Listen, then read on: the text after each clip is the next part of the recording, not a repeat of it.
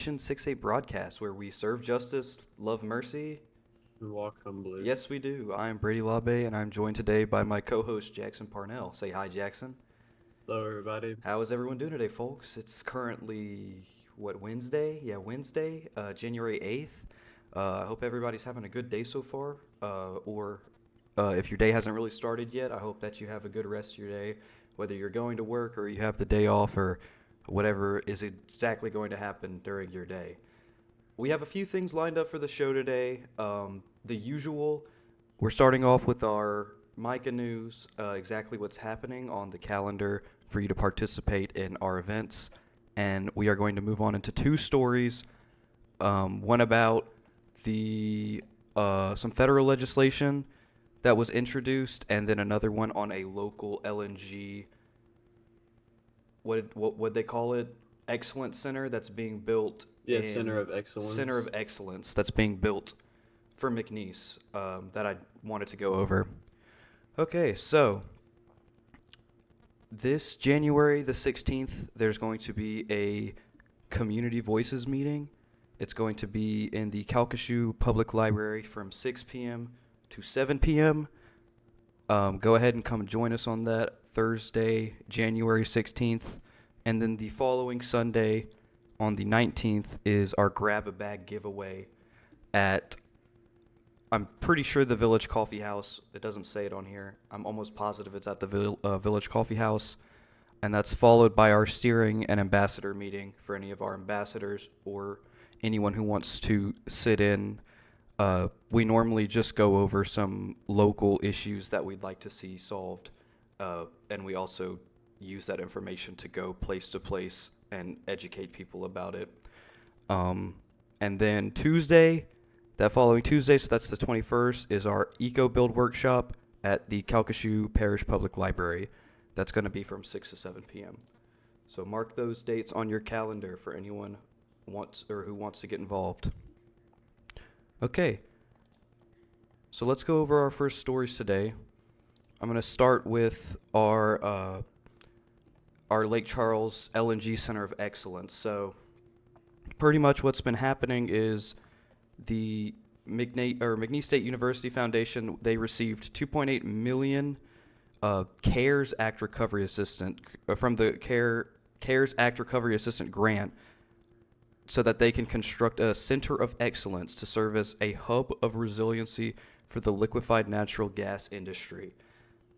So that's going to be in our town, Lake Charles. Its intention was to bring opportunities to McNeese students for them to work in a globally significant industry here in Lake Charles, so they don't have to go very far. And actually, I am a McNeese student, and I'm a finance major, so I hear about this often because it's advertised to us frequently. We have our own separate business program for liquefied natural gas. It tailors specific classes that are designed to basically, out of college, get you into an LNG plant to start working, typically in a higher position since you're graduating with a degree. And it seems that there are some locals, Mayor Nick Hunter, so that's not a local, that's the mayor, who stated that the LNG Center for Excellence could have been anywhere in the country, and it's right here, part of the McNeese campus. That is an amazing thing. This is from the American Press by Rita LeBleu, is this information. There's a little bit to talk about here, especially in our stances here at Micah 6-8. The LNG industry, if you've listened to any of our previous episodes or kept up with just about any climate change news, is not necessarily a sustainable industry, nor one that is beneficial to the area beyond providing some jobs to people. This is a reinvestment, essentially a reinvestment into itself and not into any other facet of the community to perpetuate and continue to encourage people to become dependent on their roots in the area that, as we've mentioned before, hurt us very significantly with the amount of pollution Mm-hmm. and health, water, air, all of these things that are hurting us very badly. So I'm not excited about this news. That's my personal opinion because I don't really want to see more growth in the industry that is actively harming the health and well-being of the people around us. Mm-hmm. And frankly, it's not really a very good way to diversify and go forward into the future, especially with climate change issues being around the corner here, but practically around the corner. So I just needed to express my disdain before continuing to the next segment. I don't know if you, I mean, yeah. yeah. So, my first thought whenever I read the article was that this technically could be a blessing in disguise, not in the way that you're thinking. Um, this institution and the undergraduate degree for liquid natural gas business or whatever it's called, uh, it's the first of its kind, like in the entire country. It's the only one, and it being here means that we as a community have an opportunity to make the voices of the people heard and do whatever we can to make this a large story. We can work together, have have it be known across the entire nation that this is not something that should be normalized because of all of the aforementioned negative, extremely dangerous things that LNG does to our environment.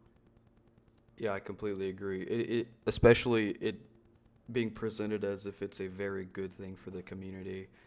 I just don't think I can see it that way with it's just not worth the trade-off for the health of the community living around it. It's just not worth the financial incentive. It just can't be. Um, but I think that we're going to go ahead and segment into our second article for today. This one is from the Lincoln County Leader. So this one is the headline is federal legislation introduced to decommission offshore gas wells, pipelines, and platforms. Okay, so two U.S. Senators Ron Wyden and Jeff Merkley have introduced some legislation on the floor to combat the growing threat of oil and gas infrastructure that are offshore of the Gulf, that are harming marine ecosystems and other parts of the environment. There are a lot of wells and platforms. The numbers here say that there's 2,700 wells and 500 platforms that are in the Gulf of Mexico that are overdue for decommissioning. So these places are, I'm assuming, not being used. That's what that means. And Yeah, they they're essentially abandoned. essentially abandoned, and they still have toxic parts, or I guess toxic to the environment. They still have degrading parts inside, like the platforms and the wells that are getting into the surrounding marine life, and also just into the water, the ocean waters that are right outside the Gulf. Um, so it says among the recommended steps Congress can take, according to the study, to address the current backlog of overdue commissioning requirements, is instituting new reporting requirements from the Interior Department to Congress on the status of decommissioning. So essentially, the neglected oil wells and the platforms out in the Gulf, the legislation is essentially like, hey, big oil guys, you got to clean this up. You can't leave your oil in the ocean. That's not cool, which I agree.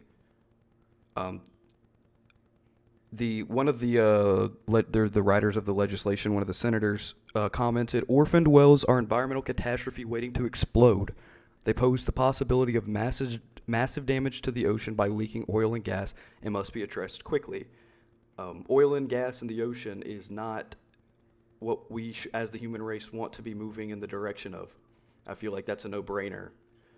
Um, so I'm glad that we are putting out legislation to try to fix that. Especially since we live right next to the Gulf. We are bordering the Gulf. We have a lot of uh, industries that, like the shrimping industry in Hackberry and further south as well, fishing and all other whatever those coastal people do. I don't really go down there super often, but I know that oil in the water is not good for the marine life. certainly. Uh, so I'm glad that they are planning on fixing this and cleaning it up.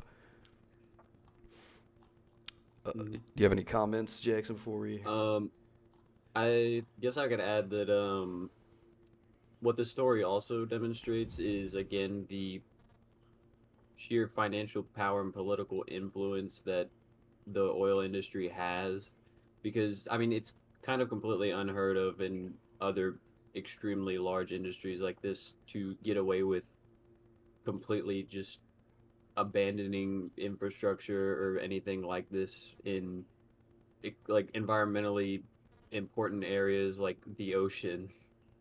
Yeah, So I'm it's just they're getting away with things that no other like industry would.